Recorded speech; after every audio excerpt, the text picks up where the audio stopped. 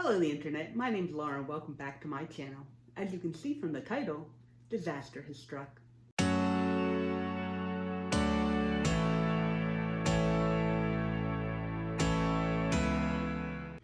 A couple weeks ago now, I had noticed that my looking glass begonia looked kind of weird. And I looked a little closer and it had little spots of white, well, mold. I mean, really, I knew right away that it was mold when I saw it. Had little spots of mold all on the leaves. So I took it into the bathroom and I sprayed it down with my fungicide that I have from when I thought I had the blight. I didn't actually have the blight, but anyway, I still had this. I sprayed it down. I left it in there with the grow light because my bathroom doesn't have a grow light in there, or didn't before. And I left it in there for a little while. It was actually on, and then I noticed it like the next day on two other plants that were nearby to where that plant was sitting, obviously. And so I sprayed those two, and the looking glass continued to get worse. The other two plants didn't have it all that bad, and I'm pretty sure that they're mostly like okay now. And so I had brought them out. Maybe that was a mistake. I had brought them out and I was keeping an eye on them. They got a tiny bit of mold on them. I sprayed them again, but they, for the most part, look okay. And then you guys saw my Costa Farms video, or some of you saw my Costa Farms video, where I found a little bit of mold on that, the little bit of mold. I actually think it's powdery mildew, but I've never seen it before. I'm going to show you guys a picture of it in a minute, and then you guys can tell me whether or not it's powdery mildew or something else or whatever. But the mold, and so I took off that leaf, I put it in there, I sprayed it. It got a little bit more, so I just took that whole stem off. It was like on one part of the stem, so I took that whole stem off and threw it outside. And it seems to be okay. The looking glass begonia at this point has now basically lost almost all of its leaves, which is such a shame because it was such a gorgeous plant. But that specific type of begonia, I know, that and the pink minks I've heard are especially susceptible to powdery mildew. So I'm not really surprised that those two got it.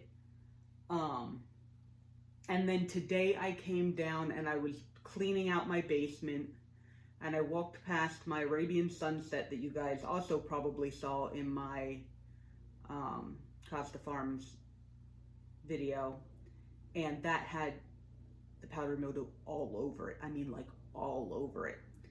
So at that point, I sprayed everything that was on that table. I took that outside. I took off all the cuttings, or I like tried to save some of the plant, right? Like, but at this point I was just like, there was so much on there that I didn't think that just spraying it down was going to do it. Maybe I should have given that a shot first, but I didn't really think about it until I had just cut everything off.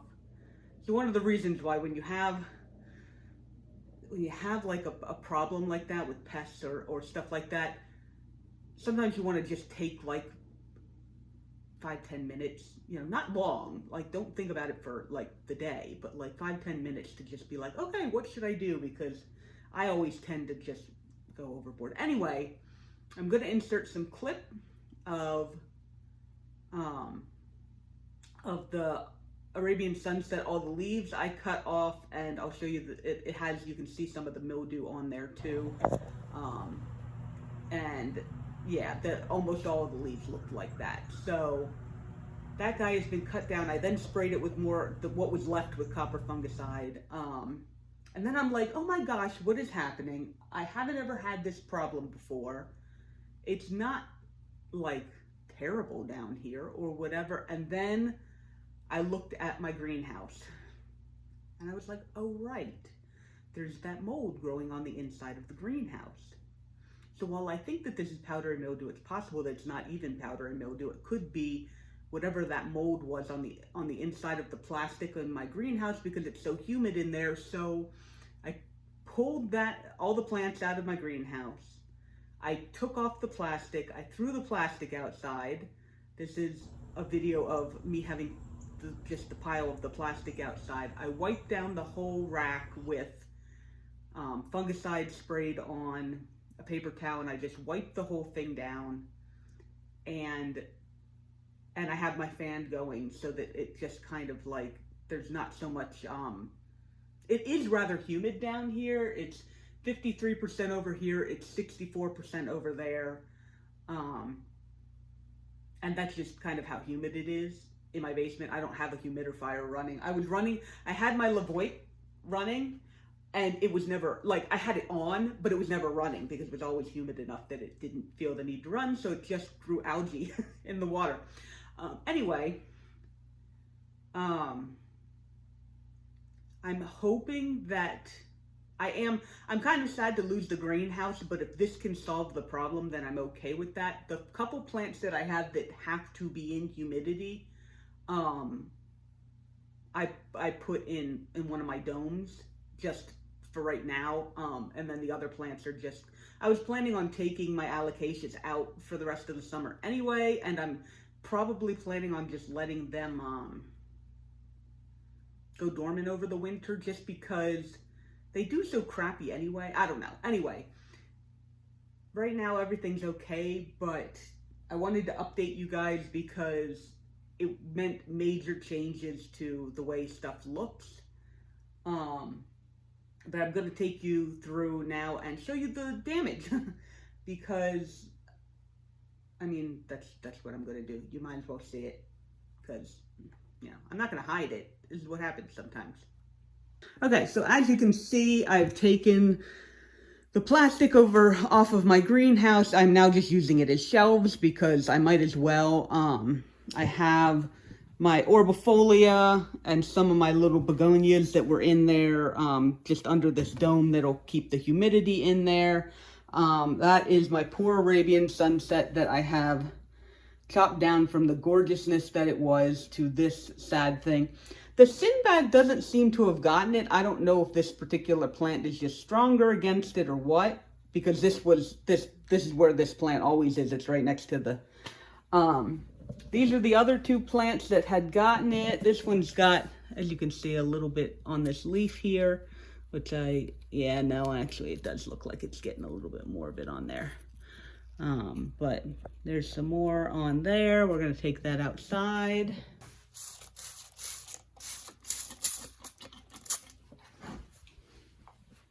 All right, so he's got that sprayed. And then in here is my quarantine. This is my poor looking glass. Like, it's got a couple leaves, but all of them have been pretty damaged by that. I have this Lucerna. Oh, let me turn on the lights in here. That'll help. It's not doing too badly, but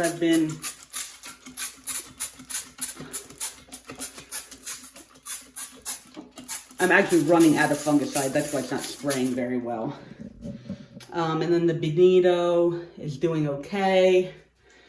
We're just going to spray a little bit on top just to keep any spores that happen to land on there from actually doing anything. But anyway, that is the situation right now. I'm hoping that that's going to survive and that, you know, it'll grow back eventually. The rest of the plants, I don't think I'm too worried about them dying.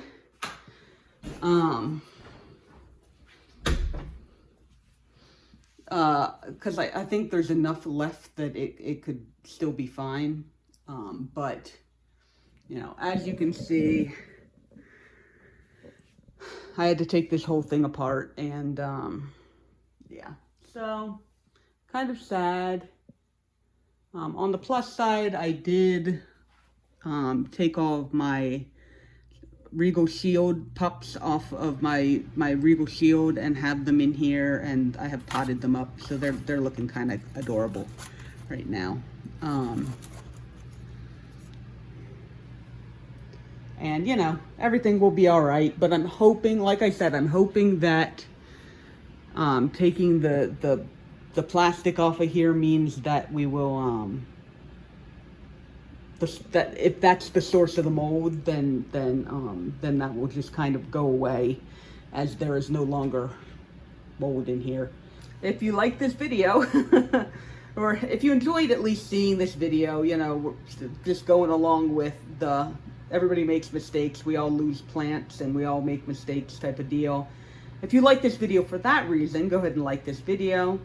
If you want to see how these plants do and hopefully recover, go ahead and subscribe, and that way you can stick around. And thank you very much for spending some of your time with me today, and I will see you guys in the next video. Okay, bye-bye.